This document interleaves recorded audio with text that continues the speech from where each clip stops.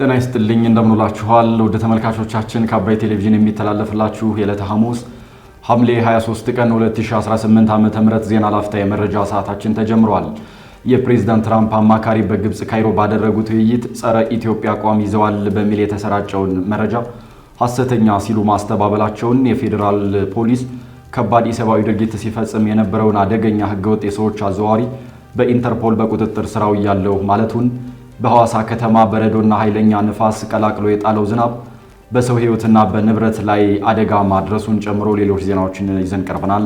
ዜናውን እየመራሁ ደግሞ ቴዎድሮስ አይቸው ከእናንተ ጋር ቆይታ አደርጋለሁ። አብራችሁን ቆዩ። የፕሬዝዳንት ትራምፕ አማካሪ በግብጽ ካይሮ ባደረጉት ውይይት ጸረ ኢትዮጵያ አቋም ይዘዋል በሚል የተሰራጨውን መረጃ ሐሰተኛ ሲሉ አስተባበሉ።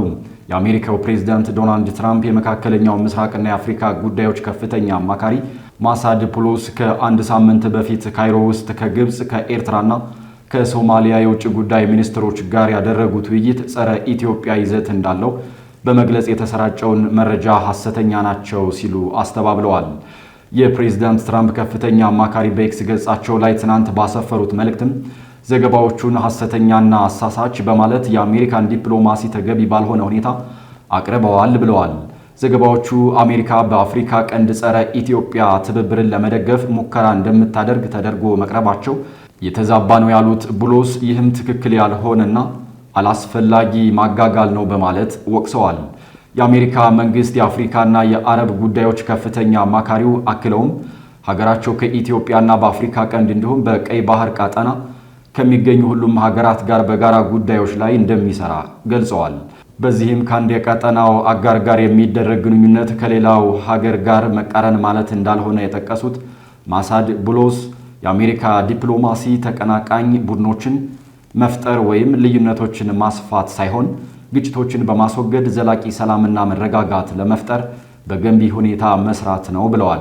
አማካሪው ሐሰተኛ ያሏቸው መረጃዎች እየተሰራጩ ባለበት ወቅት ጭምር በአሜሪካ መንግስት የመካከለኛው ምስራቅና አፍሪካ ምክትል ረዳት ሚኒስትር ማርክ ሜሽል የተመራ ከፍተኛ ልዑክ ትናንት ሐምሌ 22 ቀን 2018 ዓ.ም በአዲስ አበባ ተገኝተው ከኢትዮጵያ ባለስልጣናት ጋር በተለያዩ ጉዳዮች ዙሪያ መክረዋል።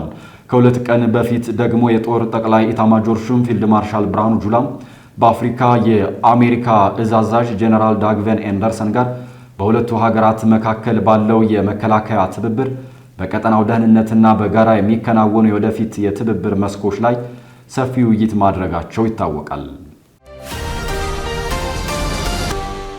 የፌዴራል ፖሊስ ከባድ ኢሰብአዊ ድርጊት ሲፈጽም የነበረውን አደገኛ ህገወጥ የሰዎች አዘዋዋሪ በኢንተርፖል በቁጥጥር ስር አውሏል አለ። የኢትዮጵያ ፌዴራል ፖሊስ ከኢንተርፖልና ከማላዊ ፖሊስ ጋር በመተባበር በአደገኛ ህገወጥ የሰዎች አዘዋዋሪነት የተጠረጠረውን አድነው ባሻው በማላዊ በቁጥጥር ስር አውሎ በትናንትናው ዕለት ሐምሌ 22 ቀን 2018 ዓ.ም ወደ ኢትዮጵያ እንዲመጣ መደረጉ ተገልጿል። በበርካታ የኢትዮጵያውያን ወጣቶች ላይ ከባድ ኢሰብአዊ ድርጊት ሲፈጽም ቆይቷል የተባለው አድነው ባሻው ከግብረ አበሮቹ ጋር በመሆን ከማዕከላዊ ኢትዮጵያ ክልል በተለይም ከሀዲያና ከከምባታ ዞኖች በርካታ ወጣቶችን ህይወት እንደሚያሻሽል በማታለል በህገወጥ መንገድ ወደ ደቡብ አፍሪካ ሲያዘዋውር መቆየቱን በሰውና በሰነድ ማስረጃ ማረጋገጡን ፖሊስ አመልክቷል። ተጠርጣሪው ከእያንዳንዱ ተጓዥ ከ600 ሺህ እስከ 800 ሺህ ብር በመጠየቅ ተጓዦችን በሞያሌ በኩል ወደ ኬንያ በማሻገር በጋምቦ ጫካ ውስጥ በድብቅ በማስቀመጥ በከፍተኛ ረሃብና የውሃ ጥም እንዲሰቃዩ ከማድረጉም በላይ በሞተርና በእግር ሴሎ በረሃን ጭምር እንዲያቋርጡ አስገድዷቸዋል ሲል ፖሊስ ገልጿል። ከፍተኛ ቁጥር ያላቸው ተጓዦችን በህገወጥ መንገድ ናይሮቢ ከተማ ካደረሳቸው በኋላም በአንድ ክፍል ውስጥ በማጎር ተጨማሪ ገንዘብ ከቤተሰቦቻቸው እንዲያስልኩ በማስገደድ ከፍተኛ ግፍ መፈጸሙን ፖሊስ በሰውና በሰነድ ማስረጃ ደርሼበታለሁ ብሏል። ከቤተሰብ ገንዘብ ማስላክ ያልቻሉትን ተጓዦችን በመደብደብና በኤሌክትሪክ ንዝረት በማሰቃየት በጭካኔ የተሞላበት ድርጊት በመፈጸም ተጨማሪ 100 ሺህ ብርና ከዚያ በላይ በኢትዮጵያ ውስጥ በሚገኙ ግብረ አበሮቹ በኩል በባንክ እንዲከፈለው አድርጓል ሲል የኢትዮጵያ ፌዴራል ፖሊስ አስታውቋል። ከዚህም ባለፈ ከናይሮቢ በዕቃ ጫኝ ኮንቴነሮች በተሳቢና ከኋላ ክፍት በሆኑና በሸራ በተሸፈኑ መኪኖች ውስጥ ከፍተኛ ቁጥር ያላቸውን ተጓዦችን በመጫን ታንዛኒያ በሚገኝ ጫካ ውስጥ ጥሎ በመጥፋት ለስቃይ አደጋ ዳርጓቸዋል ሲል ፖሊስ ጨምሮ ገልጿል። አብዛኛዎቹ ወጣቶች ደቡብ አፍሪካ ሳይደርሱ በተለያዩ ሀገራት በፖሊስ ቁጥጥር ስር ውለው በህገወጥ መንገድ ወደ ሀገር በመግባታቸው እስከ 3 ዓመት በሚደርስ እስራት እንዲቀጡና እስራቱን ሲጨርሱም እስከ 170 ሺህ ብር ከፍለው ወደ ኢትዮጵያ መመለሳቸውን የፖሊስ ምርመራ መዝገብ ያመለክታል። በሐዋሳ ከተማ በረዶና ኃይለኛ ንፋስ ቀላቅሎ የጣለው ዝናብ በሰው ህይወትና ንብረት ላይ አደጋ ደረሰም። በሐዋሳ ከተማ በትናንትናው ዕለት በጣለው በረዶ የቀላቀለ ከባድ ዝናብና ኃይለኛ ንፋስ ምክንያት በሰው ህይወትና ንብረት ላይ አደጋ መድረሱን የከተማው አስተዳደር አስታውቋል። በአንዳንድ የከተማው አካባቢዎች ንፋሱ ዛፉንና የኤሌክትሪክ ኃይል ተሸካሚ ምሰሶዎችን የጣለ ሲሆን በዚህም የአንድ ሰው ህይወት ሲያልፍ በ10 ሰዎች ላይ ደግሞ ቀላል የአካል ጉዳት መድረሱ ተገልጿል። በከተማዋ በኮንክሪት የተሰሩ የኤሌክትሪክ ምሰሶዎችና ዛፎች ጭምር መኪኖችና የተለያዩ ንብረቶች ላይ ወድቀው የሚያሳዩ ምስሎች በስፋት እየወጡ ይገኛሉ። ከዚሁ ጋር ተያይዞ በመሰረተ ልማት ላይ በተከሰተው ውድመት ምክንያት በከተማዋ በስፋት የመብራት አገልግሎት ምሽቱን ተቋርጦ ማደሩ ነው የተገለጸው። በቀጣዮቹ ቀናት በንፋስ የታጀበ ኃይለኛ ዝናብና የጎርፍ አደጋ ሊከሰት ስለሚችል ህብረተሰቡ ከዛፎች ካረጁ የኤሌክትሪክ ምሰሶዎችና አጥሮች አጠገብ ከመቆም በመራቅ ራሱንና ቤተሰቡን ሊጠብቅ ይገባል ሲልም የከተማ አስተዳደሩ አሳስበዋል። የከተማ አስተዳደሩ አክሎም ለጎርፍ ተጋላጭ የሆኑ ቦታዎችን በመለየት የቅድመ መከላከል ስራዎችን አጠናክሮ እንደሚቀጥልና የከፋ አደጋ እንዳይደርስ አስፈላጊውን እርምጃ ሁሉ እየወሰደ መሆኑንም ያሳወቀ ሲሆን ህብረተሰቡ መሰል አደጋዎች የሚያስከትሉ ቦታዎች ራሱን ማራቅ እንዳለበትም አስጠንቅቋል። ኢራን በአሜሪካ ወታደራዊ ኃይሎች ላይ የሰነዘረችውን የጥቃት ሙከራ ተከትሎ ዋሽንግተን በኢራን ላይ የአየር ድብደባ ፈጸመች። የአሜሪካ ማዕከላዊ እዝ እንደገለጸው አሜሪካ በ2 ሰዓታት ውስጥ የኢራን አብዮታዊ ዘብ ጦር ንብረት የሆኑ በደርዘን የሚቆጠሩ ኢላማዎችን መታለች። ከነዚህም የወታደራዊ እዝ ማዕከላት፣ የሚሳኤልና የድሮን ተቋማት እንዲሁም የባህር ዳርቻ ክትትልና መከላከያ ጣቢያዎች ይገኙበታል።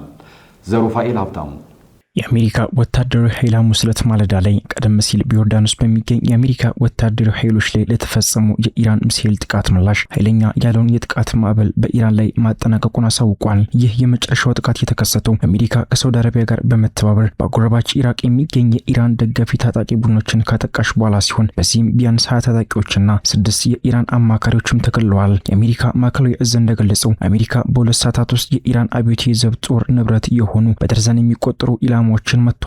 ከነዚህ መካከል የወታደራዊ እዝ ማዕከላት፣ የድሮንና የሚሳኤል ተቋማትን እንዲሁም የባህር ዳርቻ ክትትልና መከላከያ ጣቢያዎች ይገኙበታል። አዲሱ ጥቃት የተፈጸመው የአሜሪካው ፕሬዝዳንት ዶናልድ ትራምፕ የአሜሪካ ወታደሮችን በምታስተናግደው በዮርዳኖስ ውስጥ በሚገኘው ወታደራዊ ካምፕ ላይ ኢራን ጥቃት ካደረሰች በኋላ ኢራንን ክፉኛ እንደሚመቱም ዝተውም ነበር። የኢራን አብዮታዊ ዘብ በበኩሉ ዮርዳኖስ ውስጥ በሚገኘው የአሜሪካ አየር ኃይል ጦር ሰፈርና የእዝ ማዕከልን ኢላማ ያደረገው ህጻናት ገዳይ በሆነችው አሜሪካ ለተፈጸሙት የጥቃት ድርጊቶች ምላሽ ለመስጠት እንደሆነም ገልጿል። የኢራን መንግስት መገናኛ ብዙሃን እንደገለጹት በሆርሙዝ ባህር ዳርቻ በምትገኘው ቀሸም ደሴት ላይ በተፈጸሙ ጥቃቶች 2 ሰዎች የቆሰሉ ሲሆን በሰሜን ምዕራብ በምትገኘው ኡስተዛን ግዛትም ፍንዳታዎች መከሰታቸውም ተዘግቧል። ለቀናት የቆየው አንጻራዊ የሰላም ሁኔታ ከተቋረጠ በኋላ በተለያዩ ግንባሮች የተቀሰቀሰው ይህ ውጥረት ወደ ሙሉ ጦርነት የመመለስ ስጋትን ጨምሯል። ይህም ለዓለም ኢኮኖሚ ድንጋጤ የፈጠረውና በአሜሪካውያን ዘንድ ተቀባይነት የሌለውን የ5 ወር ግጭት ለማብረድ ያለውን ችግር አጉልቶ አሳይቷል። ውጊያውም አሜሪካ አጋሮቿን ለመከላከል የሚያስፈልጓትን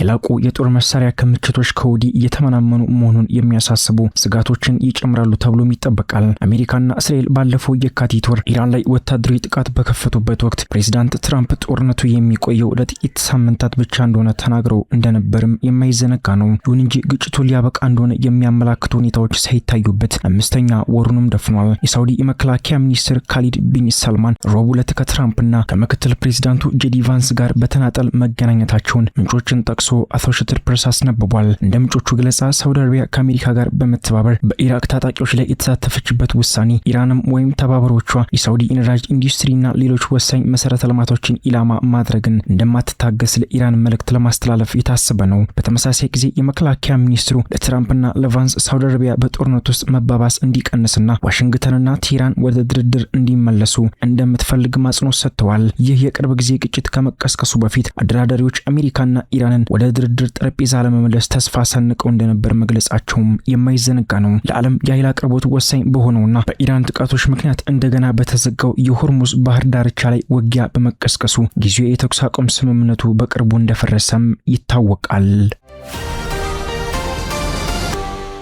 ከአባይ ቴሌቪዥን ሲተላለፍላችሁ የነበረው የዕለቱ የዜና ላፍታ የመረጃ ጥንቅር ሰዓታችን ይህንን ይመስል ነበር።